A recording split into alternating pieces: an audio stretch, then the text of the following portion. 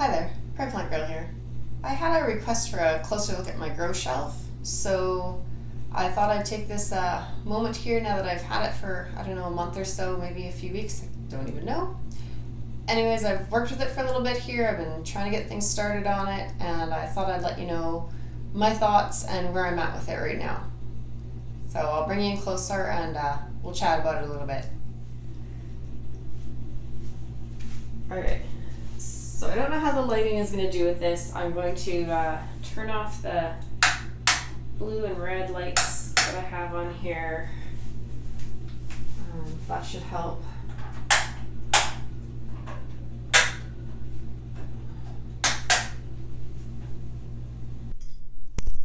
So that makes it a little darker, but I think it'll make it a little easier to look at without all those red and blue lights going.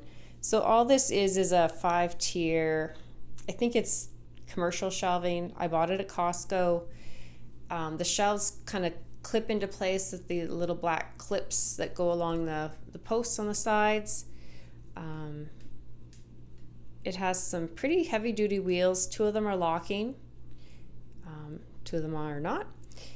So it moves around quite easily, but you can make it stay in place there as well. So when I first showed this in a video, I had the shelves pretty much evenly spaced out. I had a smaller shelf, similar style to this, before, and my shelves were fairly close to evenly spread out. So that's what I did with this one. But this shelf is quite a bit taller, and that gave me a lot more distance between the shelves than what I needed. And I was finding that I was trying to stack up a lot of trays and things to get the plants close to the lights. I'll try and show you here what I have done to attach the lights. I don't know how well you can see that there. I have there's zip ties going, and they're actually going through part of the light fixture. I don't know if you can see that down. Where's my finger? Down there. They're going through that light fixture piece there and up and around the wires. And I've done something similar with my other style of lights. They have hangers. These lights, let's see if I can get you. These lights have hangers that you can attach on top of them that you can screw them onto like a solid shelving, or there's another kind of hanger that you can attached to chains. So I've just attached those lights and put zip ties through them and hooked them onto the shelves. Why did I just attach them with zip ties instead of using chains, you ask? I don't like the chains dangling around. I wanted the lights fit close to the shelves. I could buy those easily adjustable little kind of string hanger things that are made for plant lights as well, but they're not cheap, and I have a lot of lights, so I just didn't want to make that investment. So this is what I had on my old shelving, and that's what I'm trying to do with this shelving here. What I've done in the past is I'll just take like extra trays and just put them underneath my seedling trays, and that would lift them up to the light. But when you think that I wanted my seedling trays up like this, with these shelves I was winding up stacking them, 2 or 3 deep, and that just makes a wobbly situation and more chance of spilling water and dirt and things all over the place in here, which I don't want. So it worked good with my old shelving unit because it was the shelves were closer together, and so it worked well to do that that way. This way I just didn't feel confident with that many trays all stacked up like that. So what I did today is I actually adjusted a couple of shelves, kind of for getting seeds going, and you can see here. So these shelves are about 21 centimeters, 8.5 inches apart. That one's about the same, yeah. And then that puts the seedlings at a pretty nice height for getting the light to them. So I put 2 shelves like that, and that raised my bottom shelf, which gave me more room to store some taller things down there if I want to. And I still have lots of room for seed trays because these shelves are just so much wider and a little bit deeper too than my old shelving, so gives me extra. And then I have 2 shelves at the top there that there's more distance there. There's I don't know, 30 centimeters a foot, something like that, or a little more maybe. And so I can put taller plants that I have just kind of as a nursery area, or as, you know, peppers, tomatoes, that type of thing get going. They can move up there and have more space. So I think there was some questions too about the lights that I use. So I'm gonna try and, I have to admit, I'm cheap. I don't like to spend a lot of money on all this stuff. So I pick things up as they're on sale, and I don't totally worry about light spectrums and outputs and things. This isn't, you know, I'm not trying to grow food to sell. I'm just trying to get a few things started, you know, overwinter a few things, do some cuttings, whatnot, just for my own personal enjoyment and my own use, and just extend the season a little bit that way as I can. So I have 2 different styles mainly of lights that I'm using. I do have just a plain fluorescent tube, like a shop light up there. It's just like house plants or whatever sitting under it, just to give them a little bit of light in this space while they're sitting here waiting. But my main lights that I use for growing, seed starting and whatnot is I have these here. They're called Sunblaster lights here, this one, and it's a T5 light. It gives off some heat, but nothing crazy. I mean, like, I can touch the bulb and hold my hand there. So it's nice to me. It gives off a nice light when I'm doing seed starting for things like peppers and tomatoes and that like a little bit of heat. I actually find these helpful to have that little bit of heat coming off of them. So I have, what do I have? 1, 2, 3, 4, 5. I have 7 of those, and I think most of them are about 60 centimeter or 2 foot wide strips. I have one that's just a little bit shorter in here somewhere. And these bulbs, I started buying them, I think about 5 years ago. I started with these, and I had my first one quit working for me last year, and I honestly don't think it was the bulb. I think the fixture that it went into, I think something got bent and wrecked on that a little bit inside. So the bulbs last for a long time. I have these lights going through much of the year with different houseplants or whatnot going on under them for different times. So I always have something kind of going in here, and quite often those are the lights that I have going. Then I have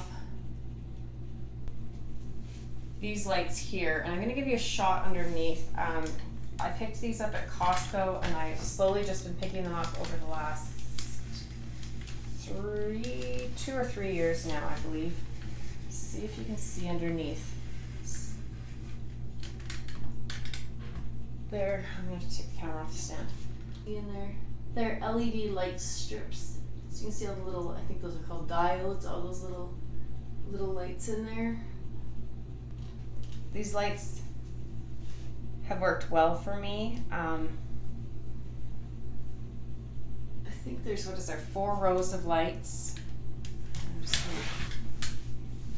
And I can choose, there's switches on the side, and I can choose red light or blue light or both. And I usually just have both going. One of them, I want to say it's the blue light, is supposed to be better for seed germination and root development, and the other one is better for like leaf growth. and growing things on. The combination is just fine. So I usually just have them both on all the time. Like I said, I don't get really scientific about it. All these lights can be interconnected.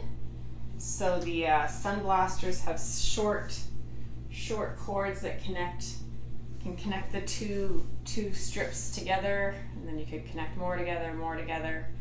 And then they have, let's see if I can show you a cord that has it. They just have like a little roller switch on the cord. So right now I have, depending on how each shelf is set up, I'll have like two of the T5s connected together. One shelf I think has three, and then I'll have them, there's plugs on these LED light fixtures, so I can plug them into that, and then I can connect the two LED fixtures together as well, and those are all on circuit. And then I have back in the corner, I don't know how you can see that, I have a power bar there attached to the shelving, and so I have those all connected in. And you have to watch your rating of your lights and how many you can connect together and have it safely plugged into one outlet, but I'm good with what I'm at there, so I have those all plugged into that power bar. The power bar is plugged into a timer. That's the timer there, and I believe right now I have it set for 14 hours a day. It's a really easy timer to set up, and it just keeps everything running automatically for me. So all of these lights will turn on and off for me without me having to flick them on and off. I know some people have trouble, they say I don't know what kind of lights those are, but mine will work with the timer. So that makes it easy for me.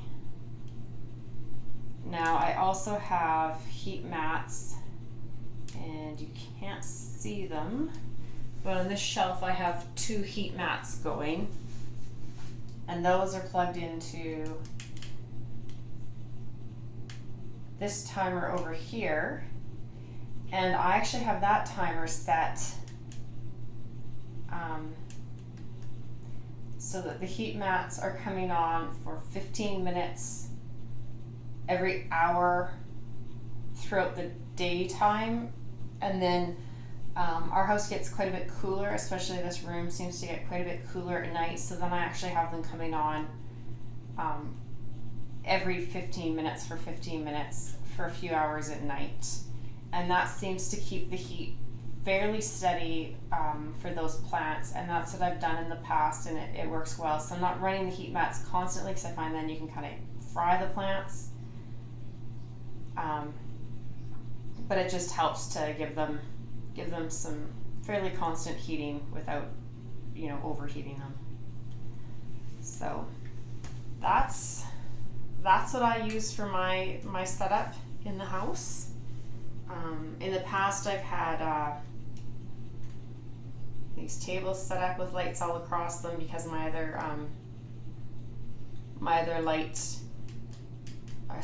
shelf wasn't big enough to hold enough plants on it, but I still have quite a bit of space empty on the shelf, and there are some house plants there that could go somewhere else. They're just hanging out. I think I said I had a total of 7 of those T5s, and I believe I have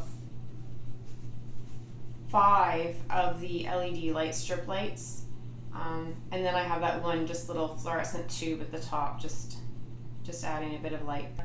I believe her channel is Y Garden, did a really good comparison on her channel. I will put a link to her channel and to that video. She has different lights than these, but she did a really good comparison of different kinds of lights. So if you're interested in what types of lights to buy and invest in, she did a really thorough, a great comparison, and so I would check that out if I was you.